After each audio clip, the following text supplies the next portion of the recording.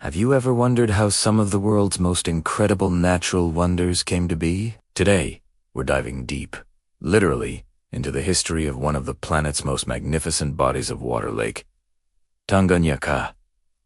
This isn't just any lake. It's a giant, an ancient marvel, and its origin story is tied to the very forces that are reshaping a continent. Our story begins a long, long time ago, somewhere between 9 and 12 million years ago. Imagine the African continent, not as a single solid landmass, but as a place of immense geological power. Deep beneath the surface, tectonic plates were on the move, engaged in a slow-motion tug of. This epic struggle is known as the East African Rift, a process that is gradually splitting the African continent in two. As the continental crust stretched and thinned, massive cracks and faults appeared, creating a vast chasm known as the Albertine Rift. It was here, in this brand new valley, that the stage was set for Lake Tanganyika's birth. The ground sank, creating a deep, elongated depression. Think of it like a giant trough being carved into the Earth's surface.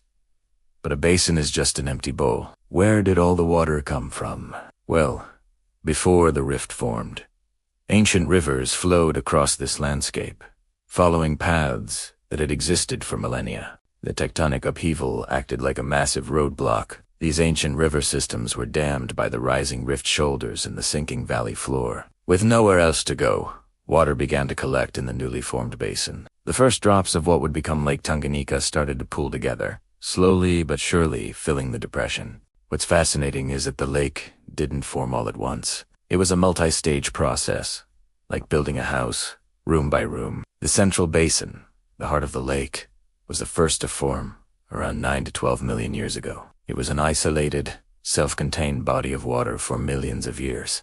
Then, a bit later, between 7 and 8 million years ago, the rifting process extended northward, creating the northern basin. And finally, much more recently, between 2 and 4 million years ago, the southern basin was formed. These three distinct basins eventually merged to create the massive, single lake we see today. For a long time, Lake Tanganyika remained a closed system. An endorheic lake, meaning it had no outlet. Water flowed in, and the only way out was through evaporation. But the geological drama wasn't over. Volcanic activity in the nearby Virunga Mountains played a crucial role in the next chapter of the lake story. These volcanic eruptions blocked the northward flow of another major lake, Lake Kivu. With its old exit blocked, Lake Kivu's water levels began to rise until it found a new path, spilling southward and forming the Rusizi River. This river then began to pour into the northern end of Lake Tanganyika. This massive influx of new water caused the water level in Tanganyika to rise dramatically. Eventually, the lake reached a tipping point. It overtopped a low point on its western shore and began to carve out a new channel. This new channel became the Lukuga River, the lake's one and only outlet. For the first time, Lake Tanganyika was connected to the outside world, draining its waters into the Great Congo River system and eventually out to the Atlantic Ocean.